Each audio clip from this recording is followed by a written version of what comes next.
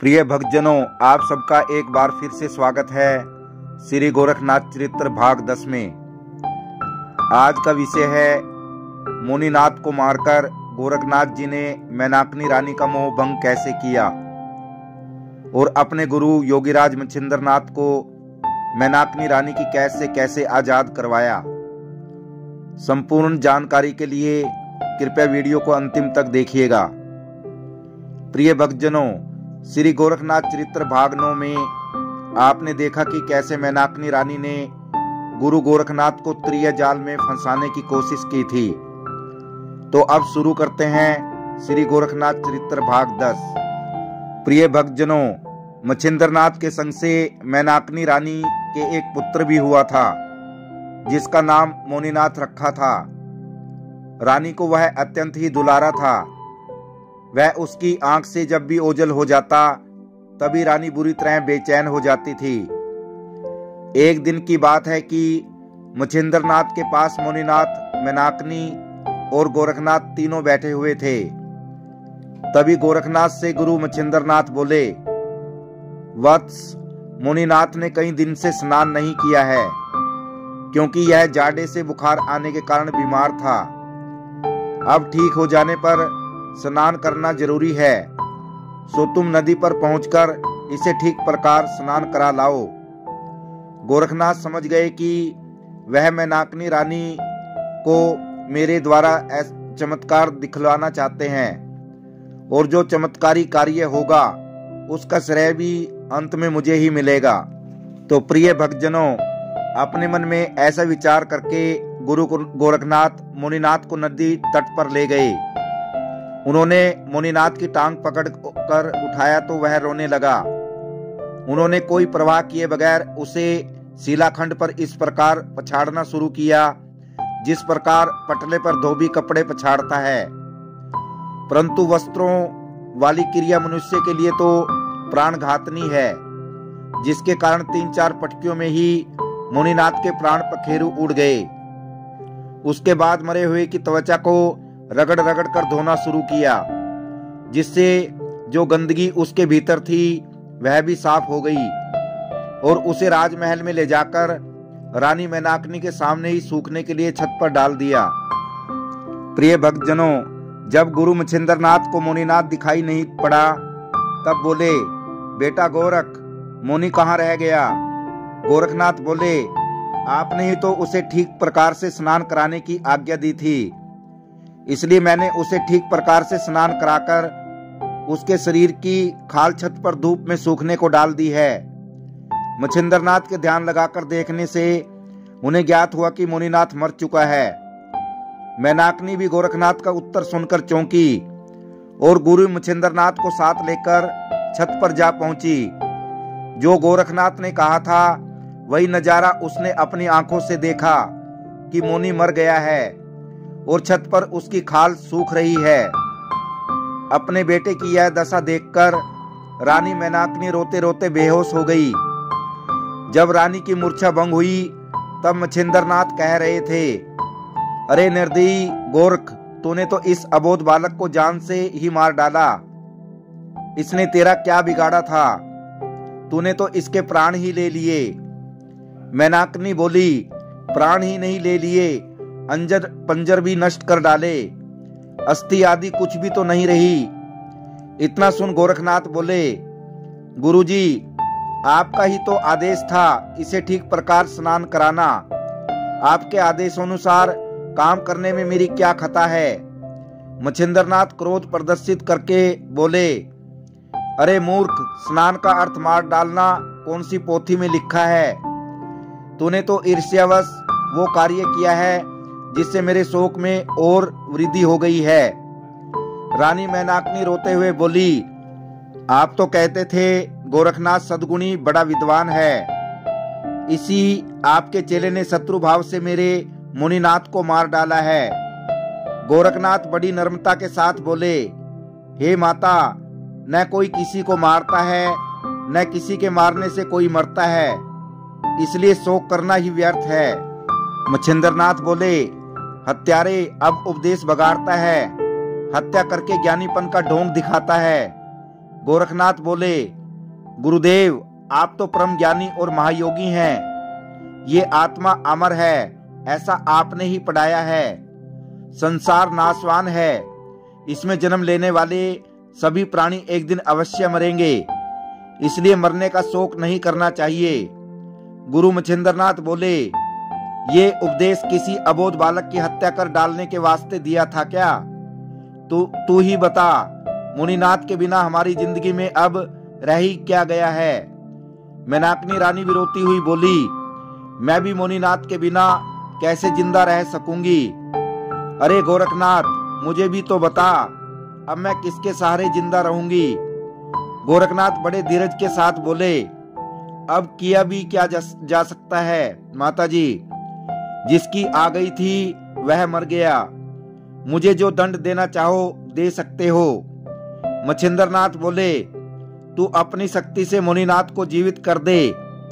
मेरी आज्ञा मानकर तुरंत मुनिनाथ को जीवन दान दे। गुरु मच्छिंद्रनाथ की आज्ञा पा गोरखनाथ ने संजीवनी मंत्र से भस्म को अभिमंत्रित किया और मुनिनाथ की खाल पर छिड़क दिया। फिर क्या था, 108 मुनिनाथ उत्पन्न हो गए। सबका कद रंग रूप मुनिनाथ के ही सम्मान था। तो प्रिय भक्तजनों, मैनाकनी रानी एक साथ इतने सारे मुनिनाथ देख बड़ी विस्मित हुई। उनकी समझ में नहीं आया कि इन सब में मेरा मुनिनाथ कौन सा है। गोरखनाथ बोले, माताजी ये इतने मुनिनाथ आपके सामने हैं, आप अपने मुनिनाथ को उनमें से छांट लो। अगर सब लेना चाहो तो सबको ले लो। मैनाकनी रानी बोली, गोरखनाथ तुम बड़े मायावी हो, अपनी माया समेटकर मुझे मेरा मुनिनाथ दे दो। अब मुझे ज्यादा दुखी मत करो। गोरखनाथ बोले, जब आप पहचान भी नहीं सकती तो आपको अपना कहने का क्या अधिकार है, जो अपनी चीज को पहचान ही न सके। मैनाकनी रानी गंभीर होकर बोली, सत्य है बेटा गोरखनाथ, ये मोह वह चीज है जो तोड़े से भी नहीं टूटता। गोरख बोले, तो इसमें मैं क्या कर सकता हूँ? मैनाकनी बोली, तुम सब लायक चमत्कारी हो बेटा गोरखनाथ, मुझे मेरा मुनिनाथ लौटा दो। तो प्रिय भक्तजनों, इस प्रकार गोरखनाथ ने अपनी माया समेट ली और असली मुनिनाथ मैनाकनी को मिल गया। इस घटना से वह अति प्रसन्न हुई और गोरखनाथ को सम्मान की दृष्टि से देखने लगी। तभी गोरखनाथ ने हाथ जोड़कर कहा, जननी अब इतनी कृपा करो कि मैं अपने गुरु को अपने साथ ले जाऊं और किसी विघ्न बाधा में न पड़ूं। तो प्रिय भक्तजनों, इस प्रकार गुरु गोरखनाथ जी बोले, गुरु मच्छिंद्रनाथ का यहाँ से जाना ही उचित है, क्योंकि उनके यहाँ रहने से धर्म प्रचार में बड़े विघ्न आते हैं। मैनाकनी रानी खूब समझ गई, गोरखनाथ अपने गुरु को ले जाए बिना नहीं मानेंगे। ऐसे सिद्ध योगी के कार्य में बाधा डालना असंभव है। अतः उसने कहा, पुत्र तुम ले जाए बिना नहीं मानोगे, परंतु 1 वर्ष आप यहीं रुके, तब मैं अपनी खुशी से तुम्हारे गुरु को तुम्हारे साथ भेज दूंगी। गोरखनाथ बोले, माताजी 1 वर्ष का समय बहुत अधिक है, हमारी बहुत सी योजनाएं बिगड़ जाएंगी, परंतु आपको भी नाराज नहीं करना है, इसलिए 6 महीने तक हम यहाँ ठहर जाएंगे। गोरखनाथ की बात सुनकर मैनाकनी संतुष्ट होकर अपने कमरे में चली गई। तब गुरु शिष्य ने एकांत देख वार्ता होने लगी। गुरु मच्छिंद्रनाथ बोले, गोरखनाथ, मैनाकनी का मोह भंग करने का इससे बढ़िया उपाय नहीं था। अब हमारे यहाँ से चलने में कोई विघ्न बाधा नहीं रही। गोरखनाथ बोले, गुरुदेव आपने मुनिनाथ को मेरे साथ घाट पर क्यों भेजा था? फिर उसके मर जाने पर इतना शोक क्यों किया? गुरु मच्छिंद्रनाथ बोले, मैनाकनी का मोह दूर करने के लिए यह सब किया गया था। तुमने जो कुछ किया मेरी इच्छा अनुसार किया है, इसलिए तुम प्रशंसा के पात्र हो। प्रिय भक्तजनों, सुख चैन हो तो 6 महीने की अवधि बिताते क्या देर लगती है। ज्यों ज्यों विदाई के दिन घटते थे, त्यों तो मैनाकनी रानी की उदासी बढ़ती जाती थी। अंत में वह दिन आ ही पहुंचा जिससे उसकी व्याकुलता बहुत बढ़ गई। वह रोती जाती थी और विदाई का सामान जुटाती जाती थी। उसने थोड़ा धैर्य रखकर मच्छिंद्रनाथ से पूछा, मुनिनाथ यहाँ रहेगा या आपके साथ जाएगा? गुरु मच्छिंद्रनाथ बोले, जैसी तुम्हारी इच्छा। मैं तुम्हारी किसी इच्छा में बाधा बनना नहीं चाहता।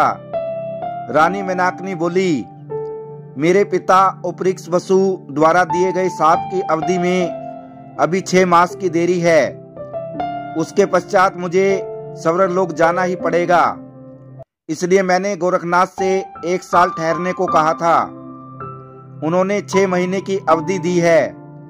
इस स्थिति में मुनिनाथ इस त्रिय राज्य में अकेला रह जाएगा। आपकी मौजूदगी में तो हनुमान जी की गर्जना का प्रभाव इस पर नहीं पड़ता था। आपके जाने के बाद उस प्रभाव को रोकना असंभव है।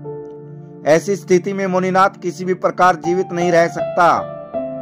इसलिए ठीक यही है कि इसे भी आप अपने साथ लेते जाएं। मच्छिंद्रनाथ बोले, ठीक, मुनिनाथ तुम हमारे साथ चलो। प्रिय भक्तजनों, रानी मेनाकनी ने चलते समय मच्छिंद्रनाथ की झोली में एक सोने की ईंट रख दी। ईंट के अलावा उनके वस्त्र आदि रख उन्हें सब बता दिया। जब चलने को हुए तब सबसे आगे गोरखनाथ, उनके पीछे गुरु मच्छिंद्रनाथ, साथ में अपने पुत्र मुनिनाथ को भी चलने का आदेश दिया। माता ने पुत्र को गोदी में लेकर प्यार किया और आंखों में आंसू भरकर पिता पुत्र को विदाई दी। जब तीनों नाथ साधु रूप में भवन से निकले तब रानी मेनाकनी सहित उसकी सभी सहेलियों के अतिरिक्त सब प्रजा की सुंदरियां भी भरे नैनों से उन्हें विदाई देने आई। जब तक तीनों संत नैनों से ओझल न हो गए उन्हें देखती रही और ओझल होने पर आंसू पहुंच पहुंच कर अपने घरों में आई। रानी मेनाकनी के रात दिन रो रो कर ही बीतते थे। सहेलियां काफी धीरज बंधाती थी, परंतु जिसका पति पुत्र जिंदा होते हुए छोड़कर चला जाए उस दुखियारी के दुख का मर्म जानना अति दुर्लभ है। यह तीनों संत घूमते घामते यज्ञ भंडारे करते हुए महेंद्रगिरी पर रहकर तपस्या करने लगे। गोरखनाथ गुरु मच्छिंद्र से आज्ञा लेकर तीर्थ यात्रा करते हुए गिरनार पर्वत पर जा पहुंचे, जहां परम योगी दत्तात्रेय का स्थान है। तो प्रिय भक्तजनों, ये था श्री गोरखनाथ चरित्र भाग 10, जिसमें आपने देखा कैसे मुनिनाथ को मारकर मेनाकनी रानी का मोह भंग कर मच्छिंद्रनाथ जी को गोरखनाथ जी ने भोग विलास की कैद से मुक्त करवाया। यदि ये वीडियो आपको पसंद आया हो तो वीडियो को शेयर करना और चैनल को सब्सक्राइब करना। आप सभी दर्शकों का धन्यवाद। जय श्री गोरखनाथ जी।